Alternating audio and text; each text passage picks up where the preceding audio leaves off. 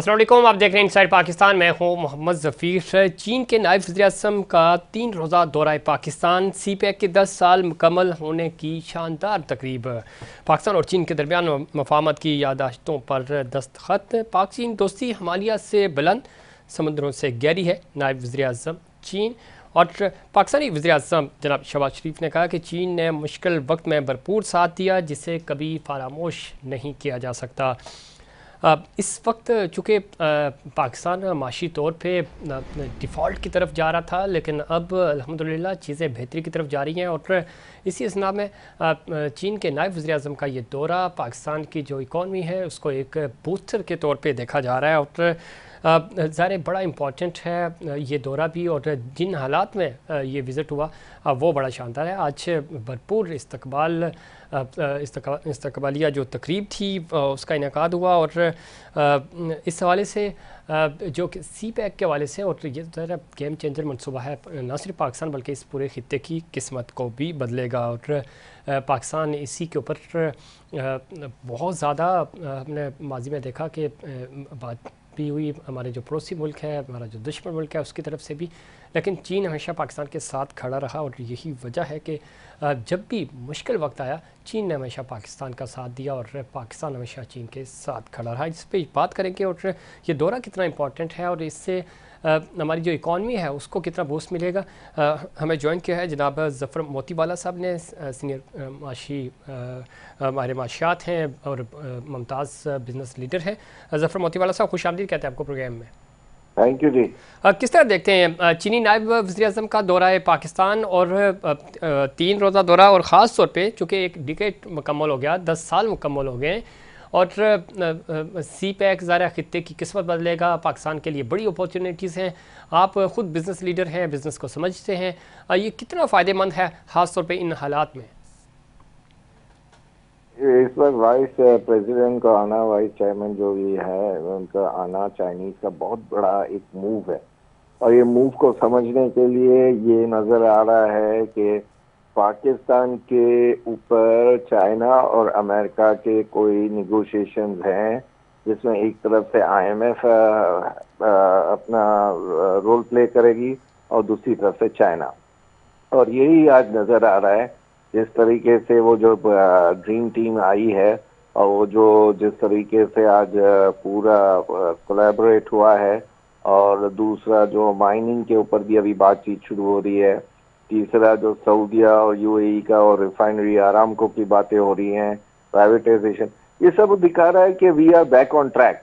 अभी जो back on track का मतलब ये नहीं कि हम मुशर्रफ के टाइम में लीप्स एंड बाउंड्स में एकदम अच्छी इकोनॉमी हो जाएगी और कर्जे उतर जाएंगे, लेकिन एक सिमत तो आ जाएगी जो पिछले असद उमर के टाइम से वो सिमत नहीं थी, जब वो कह रहा था कि IMF के पास नहीं जाना है और फ्रेंडली कंट्रीज के पास जाना है। फिर एक कोई कह रहा था जाएंगे, फिर दूसरा कहता था नहीं जाएंगे, फिर तीसरे ने, खुद IMF ने बोल दिया, एक ने डिले किया, दूसरे ने निगोशिएट में तकलीफें की, डॉलर रुपये की पैरिटी को स्टेबल नहीं होने दिया, उसको इंटरवीन करते रहे डॉलर के सामने। तो ये सब चीजें देखकर अगर हमारे पास कोई फर्म रिस्पॉन्स आने लगा है चाइना से और IMF से, तो मेरे ख्याल में इससे अच्छी बात तो कोई है ही नहीं।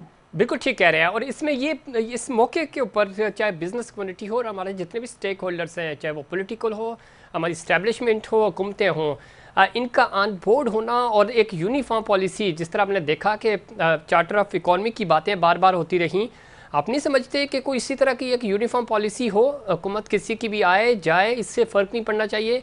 हमारी जो तरक्की है, ख़ासतौर पे CPEC जो प्रोजेक्ट्स हैं, उनके ऊपर किसी भी तरह वो स्लो डाउन ना हो, वो अपने भरपूर तरीके से चलते रहें, इस तरह की पॉलिसी होनी चाहिए। ये पॉलिसी ही अब नज़र आ रही है, जब IMF ने डिफरेंट स्टेक होल्डर जो पॉलिटिकल है उनसे अलग अलग बात की है कि देखो भाई, अब अपना वो गाना अली सेठी वाला पसूड़ी मत गाना, अब ये गाना भूल जाओ, चार्ट्स में दूसरे गाने आ गए हैं। तो ये है ना, इनको सबको समझाना, बिठाना, इस्टेब्लिशमेंट का अंडर अम्ब्रेला ऑफ इस्टेब्लिशमेंट का आना, और इन सबको कहना कि भाई अब हम है ना, वी कांट अफोर्ड इट। आप एक आइसोलेटेड इकोनॉमी नहीं हो सकते हो, आपको इंपोर्ट करना है, ऑयल भी इंपोर्ट करना है, ईडेबल ऑयल भी इंपोर्ट करना है, फ्यूल एनर्जी इंपोर्ट करनी है। कॉटन तो इस दफा अच्छी हो गई है, तो हमको कॉटन इंपोर्ट नहीं करनी पड़ेगी। चीनी करनी होगी, शायद वीट भी करना होगा सैलाब के आने के बाद। तो ये एसेंशियल आइटम है, चाय है, तो ये एसेंशियल आइटम है। तो आप आइसोलेटेड इकोनॉमी तो कभी हो ही नहीं सकते। तो जब आपको इतनी चीजें, पहले हम 75% फ्यूल का अपना सेक्टर का इंपोर्ट करते थे, अब 95% हो गया, क्योंकि अभी थोड़े सालों से, कोई 10 सालों से ओजीडीसी ने नई डिस्कवरी कुछ की नहीं है। ठीक। तो अब आप आइसोलेटेड तो इकोनॉमी हो नहीं सकते हो कि आपके पास ये तमाम चीजें हों और आपको परवाह ना हो दुनिया की। तो आपको तो ये सब इंपोर्ट करना पड़ेगा। तो ये अब राइटिंग ऑन द वॉल है कि भाई ये जो सब चीजों के बाद आईएमएफ, चाइना, हमारी स्टैब्लिशमेंट, ये सब है ना सख्ती से पुट ऑन कराएंगी कि जो रूल्स होते हैं बिजनेसेस के अराउंड द वर्ल्ड, उसके हिसाब से। ठीक है। अच्छा, एक चीज़ और जफ़र मोतीवाला साहब, इसमें कोई शक नहीं, हमारा पड़ोसी मुल्क भी इसके अंदर गया आईएमएफ प्रोग्राम में। दुनिया भर में ज़रा इस तरह के जो प्रोग्राम्स होते हैं उसका मकसद ये होता है कि आप अपनी चीज़ों को, अपनी माली पोजीशन को बेहतर करते हैं। आईएमएफ प्रोग्राम में जाना बुरी बात नहीं है। बांग्लादेश गया, निकल आया और एक अच्छी पॉलिसी बनाकर, हम भी पहले बाहर आ गए थे इससे। तो एक यूनिफॉर्म पॉलिसी जो हमने पहले भी जिसका जिक्र किया, और प्रोडक्शन खुद यहाँ थोड़ा सा एग्रीकल्चर पे फोकस करने की बातें हो रही हैं। आप नहीं समझते कि हम अपनी ग्रोथ को बेहतर करेंगे, चीज़ें बेहतर करेंगे तो हमें छुटकारा मिल जाएगा इन तमाम इश्यूज से?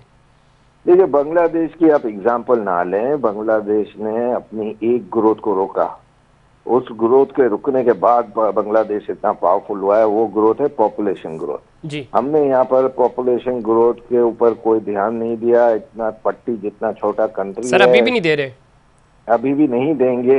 ये जब तक आप लोग ये जो एक्सट्रीमिस्ट हैं यहाँ पर, जो बच्चों की पैदाइश को कहते हैं कि 7-8 बच्चे होने चाहिए पर फैमिली के, यानी हस्बैंड वाइफ के, तो कैसे पॉपुलेशन को आप रोकेंगे?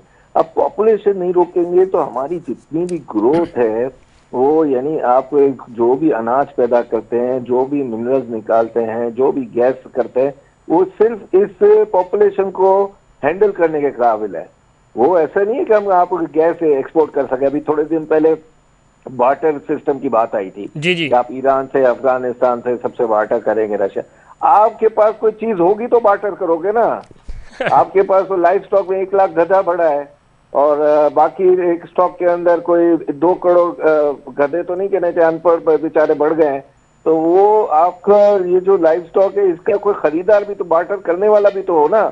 आप कहोगे भाई मेरे पास है ना ये पड़ा है अपना कपड़ा, वो कहेंगे हमारे पास भी कपड़ा है। आप कहोगे यार हमारे पास सब्जी है, वो कहेंगे हमारे पास इससे 10 गुना अच्छी सब्जी है। तो आपके पास कोई ऑयल या कोई गैस एक्सपोर्ट करने की नहीं है, यानी बार्टर करने के लिए नहीं है। तो अब आपको आईएमएफ के चुंगल से निकलने में ज्यादा टाइम लगेगा बनिस्बत बांग्लादेश के।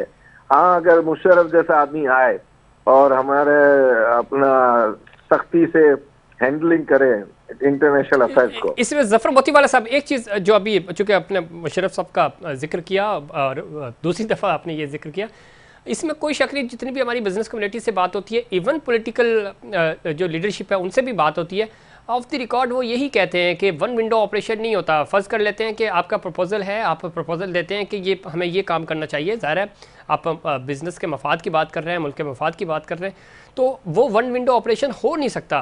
मुशर्रफ साहब के दौर में जो आप जिक्र कर रहे हैं, जब उनके पास कोई प्रपोजल जाता था तो वो फुली इख्तियारात उनके पास होते थे, उसको वो इंडोर्स करते थे, और हमने देखा कि उस वक्त ऑपरेशंस हुए, बड़े बड़े डिसीजंस हुए। तो आप नहीं समझते कि ये भी फुकदान है? मुकामी हुकूमतें, सूबाई हुकूमतें, फेडरल हुकूमत एक मानती है, दूसरी नाराज़ हो जाती है, तो ये इश्यूज भी हैं इस तरह के फैसले लेने में। इसके लिए एक ही वर्ड है, पाकिस्तान एडहोकिज्म पर चल रहा है, अफरा तफरी पर चल रहा है। अफरा तफरी ये है कि ब्यूरोक्रेट्स का अलग पाकिस्तान है, पॉलिटिशियंस का अलग पाकिस्तान है, अपना बिजनेसमैन, मैं अपने आप को भी इन्वॉल्व करूंगा कि हम लोग का अलग पाकिस्तान है। हम लोग सब अपने अपने जो बेनिफिट्स हैं उसके लिए निकलते हैं, इससे कोई बुराई नहीं है। लेकिन ये है कि इस बेनिफिट में अगर मुल्क को भी बेनिफिट हो जाए, अगर आवाम को भी बेनिफिट हो जाए, तो इसमें कोई मुजायका नहीं है। ठीक है, देखिए पुरानी हुकूमतें कही थी ना, वो गुर्बत वाले सेक्टर को जो डिमांड थी उसको तो हमेशा नीचे रखती थी।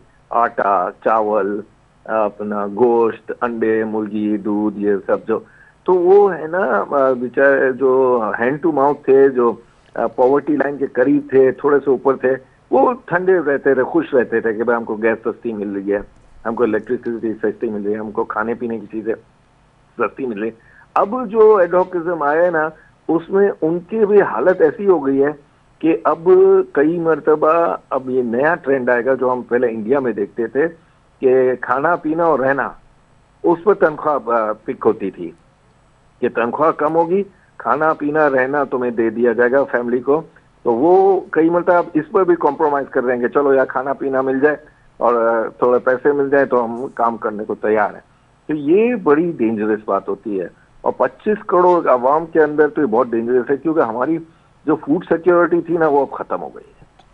बिल्कुल ठीक कह रहे हैं, और ये आपने बड़ी दुरुस्त निशानदेही की, और ये आप देख भी रहे हैं, आप ज़ाहिर खुद बिजनेस कर रहे हैं। अब ये इश्यूज फूड सिक्योरिटी के ऊपर हमारी नेशनल सिक्योरिटी की मीटिंग्स भी हुई हैं, इसको फोकस भी किया जा रहा है, और इसी को बुनियाद बनाकर लाइफ स्टॉक के ऊपर भी थोड़ा फोकस करने की बातें हुई हैं, लेकिन ज़रा प्रैक्टिकली अभी इसको अप्रोच नहीं किया गया उस तरह। दूसरा इंपॉर्टेंट चीज़ है ज़फ़र मोतीवाला साहब, यूथ, और यूथ में भी इंटरप्रेन्योरशिप हमें नज़र नहीं आ रही कि आप छोटा छोटा बिजनेस करें। एक कॉन्सेप्ट होता था, और ये चीज़ बांग्लादेश में हमने देखी, बहुत तेज़ी से हुआ। इवन इंडिया में, इंडिया ज़ाहिर इतना बड़ा मुल्क है, कोई कंपैरिजन नहीं बनता जिस तरह आप कह रहे थे, लेकिन वहाँ पे इन चीज़ों को की हौसला अफजाई की गई। हमारे यहाँ तो यहाँ स्टार्टअप हो ही नहीं पा रहा।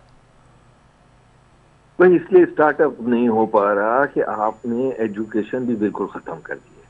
अब एजुकेशन का ये हाल है, जब हम ये मैट्रिक के और हो रहे होते एग्जाम, तो जो कॉमेडी शोज चला रहे होते कि वहाँ चीटिंग हो रही है, वहाँ चीटिंग हो रही है। अब ये हम अब जीरो एजुकेशन पर हैं, तो जीरो एजुकेशन पर यूथ को आप ये नहीं कह सकते कि वो सॉफ्टवेयर डेवलपमेंट में आगे निकल जाएंगे, जबकि आपके पड़ोसी मुल्क में 600 बिलियन डॉलर में से मेरे ख्याल में कम से कम 200 बिलियन डॉलर तो सिर्फ इनकी सॉफ्टवेयर एक्सपोर्ट का होगा जी। बाबू नायडू जैसा बंदा तमिलनाडु में, हैदराबाद में हर 15 दिन बाद एक ग्रुप को उधर इनवाइट करता रहा, और अपना जब डेफकॉन 1 होने का था, पाकिस्तान और इंडिया की जंग के बिल्कुल करीब आ गए थे, तो वही माइक्रोसॉफ्ट वही जो थे ना, उन्होंने समझाया था कि भाई तुम ये करोगे तो हम ये सब चले जाएंगे। यानी उनकी इतनी बड़ी से हो गई है। यहाँ पर आपके सॉफ्टवेयर एक्सपोर्ट 2-2.5 बिलियन का बढ़कर 4 बिलियन हुए थे, अब दोबारा नीचे आ गए हैं। हमारे पास स्टार्टअप करने के लिए ना वो दिमाग है बच्चों में, ना उनके पास एजुकेशन है, और ना हमारे पास वो है यानी रॉ मटेरियल इंपोर्ट करने का उस एक्सपोर्ट के लिए।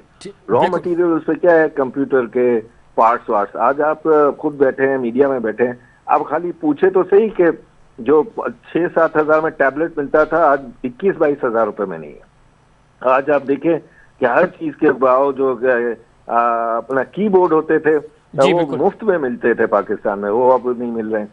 और बिल्कुल ठीक कह रहे हैं, और ये अलमिया है जिस तरह महंगाई बढ़ती जा रही है, और चीज़ें ज़रा एंटरप्रेन्योरशिप की आप बात कर रहे हैं और यूथ को सपोर्ट करने की बात कर रहे हैं, तो जब तक चीज़ें सस्ती नहीं होंगी और अवेलेबल नहीं होंगी, तब तक ज़रा आईटी सेक्टर कैसे आगे बढ़ेगा। बहुत शुक्रिया ज़फ़र मोतीवाला साहब, आपने प्रोग्राम में वक्त दिया, और इसमें कोई शक नहीं CPEC गेम चेंजर ज़रूर है, और इसकी ऑनरशिप लेनी होगी और इसको स्पीड अप भी करना होगा।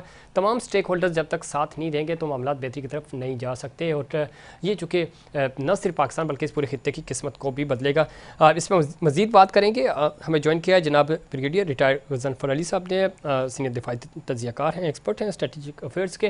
ब्रिगेडियर साहब खुशामदीद कहते हैं आपको प्रोग्राम में। Thank you. ब्रिगेडियर साहब किस तरह देखते हैं, एक तो चीन के नायब वज़ीर-ए-आज़म का दौरा पाकिस्तान 3 रोज़ा, और ज़ाहिर CPEC को 10 साल मुकम्मल हो गए, उस तकरीब में भी उन्होंने शिरकत की, बड़ा ज़बरदस्त वेलकम किया पाकिस्तान की तरफ से। क्या देखते हैं मुस्तकबिल कैसा है, और ख़ास तौर पे जो मौजूदा हालात हैं और जिस तरह प्रेशर था पाकिस्तान के ऊपर, डिफ़ॉल्ट की बातें हो रही थी, और इस एक मुश्किल वक्त में ये दौरा कितना पाकिस्तान के लिए सूदमंद साबित होगा? बहुत बहुत शुक्रिया। बिस्मिल्लाह रहमान रहीम।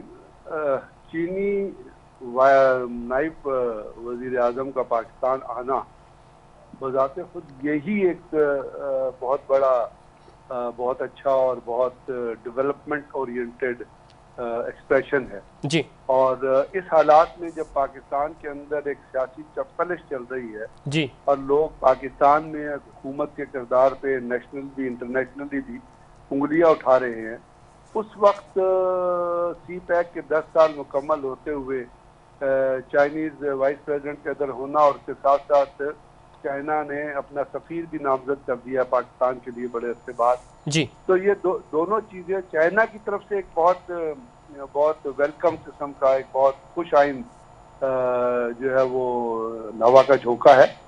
अब इसमें जो आपने दूसरी बात की उसका एंगल ये है कि सी पैक मुकम्मल होना और सी पैक से फायदा उठाना जी, और सी पैक के प्रोजेक्ट्स को तकमील तक लेके जाना, ये हमारा काम है। ये हमारी हुकूमतों का, हमारे अदारों का और हमारे जो डिलीवर करने वाले लोग हैं उनका काम है। अब हम उसको किस तरीके कार से करते हैं, क्योंकि आपको पता है कि पाकिस्तान में तो किसी चीज पे बहस खत्म नहीं होती। एक हुकूमत आती है वो कहती है सी पैक चल गया, दूसरी आती है कहते हैं उसको उन्होंने डबो दिया। यहाँ तो सियासी पॉइंट स्कोरिंग भी खत्म नहीं होती। तो जब अपने मुल्क में सियासी पॉइंट स्कोरिंग होगी और एक बड़ी ताकत जो आपके मुल्क में इन्वेस्ट करना चाहती है, जिस तरह आज भी चाइनीज वज़ीर आज़म के बयान आप उठा के पढ़े तो वो ये कह रहे हैं कि हम पाकिस्तान में अपनी सरमायाकारी को मजीद बढ़ाना चाहते हैं जी। लेकिन वो कब बढ़ाएंगे? वो उस वक्त बढ़ाएंगे जब आपके काम में ट्रांसपेरेंसी होगी, आपके अंदर करप्शन नहीं होगी, आप डिलीवरेंस की स्टेज पे होंगे, आप प्रोजेक्ट्स को तकमील तक लेके जा सकेंगे, आपके अंदर डिटर्मिनेशन होगी इस किस्म के प्रोजेक्ट को मुकम्मल करने की।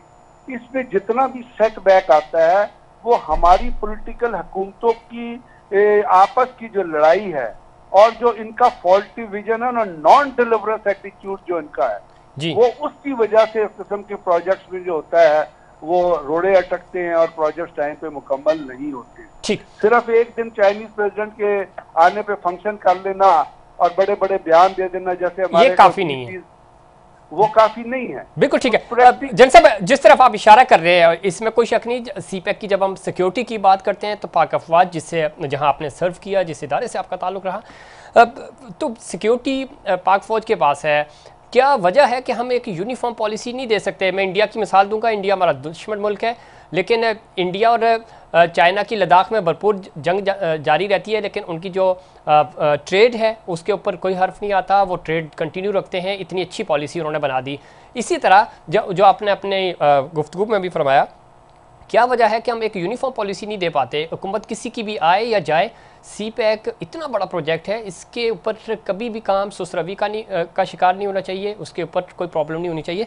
तो क्या कोई पॉसिबिलिटीज़ हैं कि जिस तरह सिक्योरिटी आपके पास है और सिक्योरिटी मिल रही है तमाम लोगों को, जहाँ जो भी चाइना के लोग हैं या हमारे पाकिस्तानी भी वहाँ पे काम कर रहे हैं, तो इसी तरह एग्जीक्यूशन भी एक आ जाए, पाक फ़ौज के पास आ जाए, पाक फ़ौज के पास ना भी आए, रियासती इदारे हों जो उसको लुक आफ्टर करें, किसी हुकूमत की के आने जाने से उस पर फ़र्क ना पड़े, ताकि एग्जीक्यूशन भरपूर तरीके से हो सके। जनाब देखिए, सिक्योरिटी तो आपको पता है, जब सिक्योरिटी पाक फौज ने दी थी तो उन्होंने एक स्पेशल डिवीजन रेज कर दिया था इसके लिए जी, सिक्योरिटी सी पैक सिक्योरिटी के लिए जी बिल्कुल। और वो तमाम सी पैक के प्रोजेक्ट्स के ऊपर जो है और सी पैक पे जो चाइनीज इंजीनियरों को सिक्योरिटी प्रोवाइड करता है। अब इसकी जो और उसके बाद जो इसकी रोड इंफ्रास्ट्रक्चर की कंप्लीशन थी, जैसे आपने देखा कि वो हवेलियां से और आगे तक का रोड जो मानसेरा से लिंकेज हुआ और इस तरह कोस्टल हाईवे और इस तरह रस्तो डेरो से जो हाईवे निकला, ये जितनी चीजें थी एफडब्ल्यू ने कोई 900 किलोमीटर के रोड नेटवर्क है जो एफडब्ल्यू ने टाइम पे मुकम्मल कर दिया। अब जो प्रोजेक्ट अब उनके पास है, अब आपने इंडस्ट्रियल जोन डेवलप करने हैं, लेकिन इसमें ज्यादा इन्वॉल्वमेंट जो है वो होती है आपके बैंक्स की, पॉलिटिकल गवर्नमेंट की, मिनिस्ट्री ऑफ फाइनेंस की, मिनिस्ट्री ऑफ इसमें से सिविलियन जो हमारी ब्यूरोक्रेसी है उसका बड़ा इनपुट होता है ज्यादा। जी हाँ, वही तो मैं कर रहा हूँ ना। अब उस इनपुट को स्ट्रीमलाइन करने के लिए इमरान खान के दरमियान में एक अथॉरिटी बनी थी, सी पैक अथॉरिटी। जी बिल्कुल। इस हुकूमत ने आके वो खत्म कर दी। यहाँ आके आप इस हुकूमत के पहले दौर देखे ये इसी तसल में लगे रहे कि जी इमरान खान के जमाने में तो डिलीवरी नहीं हुआ है। इमरान खान मतलब ये है, मेरा जो मकसद आपको बताने का है, एक इंडिविजुअल जो भी हो, इमरान खान हो या शहबाज शरीफ हो या जो भी हो, लेकिन जब हम इस लड़ाई इंडिविजुअल्स की लड़ाई में लड़े रहेंगे और हम दूसरी हुकूमतों को, आने वाली या जाने वाली हुकूमतों को ब्लैकमेल करते रहेंगे, फिर आप किस तरह ये सोचते हैं कि आप डिलीवरेंस स्टेज पे आ सकते हैं? बिल्कुल ठीक कह रहे हैं ब्रिगेडियर साहब, मेरा भी यही नुक्ता था कि क्या कोई ऐसी पॉसिबिलिटीज़ हैं कि ये जो नेशनल कॉज है उसके ऊपर सियासत नहीं होनी चाहिए। बदकिस्मती से माजी में भी ये होता रहा, आज भी ये हो रहा है। हमें ब्लेम नहीं करना चाहिए बल्कि हमें एग्जीक्यूट करना चाहिए चीज़ों को। ये इससे तो हमारी नस्लें फ़ायदा उठाएंगी। देखिए, एग्जीक्यूट करना तो जो भी हुकूमत होती है उसका काम होता है। जी, अभी जी। एक नया इनिशिएटिव आपकी नजर से गुजरा होगा, वो है एग्रीकल्चर के फील्ड में हो रहा है। जी बिल्कुल।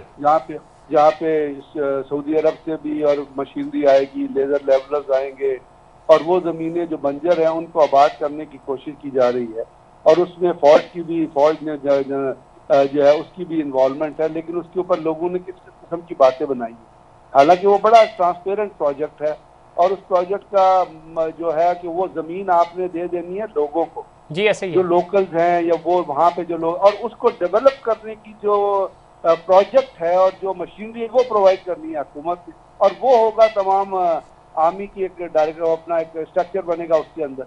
तो मुझे तो इस चीज में कोई बुराई नजर नहीं आती, लेकिन हमारे यहाँ होता ये है कि चूंकि हम ताकत की जंग लड़ रहे होते हैं कि जी फलाना मुझसे आगे ना निकल जाए फला।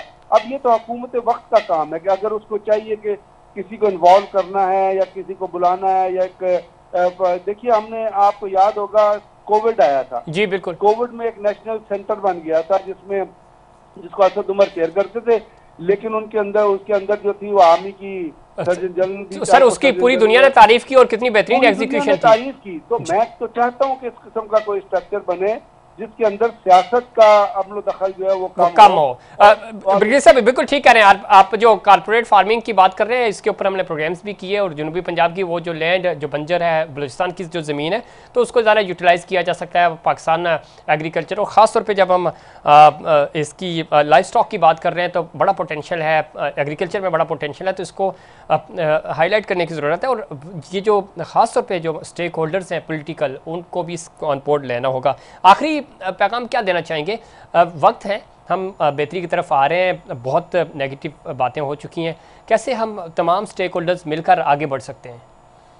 अल्लाह करे बड़े हम स्टेक होल्डर्स, लेकिन इस वक्त तो उसकी उम्मीद मुझे कम नजर आ रही है। ये मायूसी की बात, लेकिन मायूसी को आप एक उम्मीद को ग्राउंड रियलिटी से जी हट के अगर आप उम्मीद डालेंगे तो वो आपको मायूसी की तरफ ही लेके जाएगी। इस वक्त आप देखिए हो क्या रहा है। कल रजा रब्बानी साहब ने एक लफ्ज इस्तेमाल किया है, जिस तरह आपकी नेशनल असेंबली में और सेनेट में लेजिस्लेशन हो रही है, तो रजा रब्बानी साहब ने उसके ऊपर वॉकआउट किया नेशनल असेंबली और सेनेट से, और उन्होंने प्राइम मिनिस्टर को वार्न किया और उन्होंने कहा ये ब्लाइंड लेजिस्लेशन आप कर रहे हैं, यानी अंधी कानून साजी हो रही है। जब अंधी कानून साजी हो रही होगी, आपकी असेंबली के अंदर औरतों को गालियां दी जा रही होगी, ख्वातीन के बारे में नामुनासिब अल्फाज इस्तेमाल कर रहे होंगे और आपके लेजिस्लेटर उस पर फख्र महसूस कर रहे होंगे, यही दो इंडिकेटर काफी है। मुझे बताइए ना, फिर आप किस तरह उम्मीद रखिए कि पाकिस्तान के अंदर आने वाले दिनों में हालात बेहतर हो जाएंगे, जिस वक्त तक इन लोगों का कंडक्ट बेहतर नहीं है। जिस वक्त तक कंडक्ट, आपका विजन होता है, आपका कंडक्ट होता है, तो आपका विजन भी बनता है। अगर आपका कंडक्ट इरेटिक है तो आपका विजन किस तरह बने? अगर आप सारी की सारी ताकत को अपनी जात के गिर्द या अपनी पार्टी के गिर्द रिवॉल्व कर लेंगे और पार्टी हेड को खुश करने के लिए उसके तलवे चाटते रहेंगे, तो फिर तो मुझे तो कोई बिल्कुल ठीक है सर, इसमें कोई शक नहीं। मुल्की मफाद सबसे पहले होने चाहिए और यहाँ पे ज़ाती मफाद को तरजीह दी जा रही है। और आपकी बात बिल्कुल ठीक है कि ग्राउंड रियलिटीज़ यही हैं, लेकिन हम उम्मीद है कि चीज़ें बेहतरी की तरफ जाएंगे। बहुत शुक्रिया ब्रिगेडियर रिटायर गज़नफ़र अली साहब, अपने प्रोग्राम में वक्त दिया। और इसमें कोई शक नहीं, एक पोटेंशियल है और पोटेंशियल कैसे बेहतर होगा इसका यूटिलाइज़ करना होगा। और जितने भी हमारे स्टेक होल्डर्स हैं उनको पाकिस्तान के लिए कंट्रीब्यूशन देनी होगी और तरजीहात पाकिस्तान होनी चाहिए, ना कि ज़ाती मफाद। इस पर मज़ीद बात करेंगे, लेकिन उससे पहले कमर्शियल ब्रेक।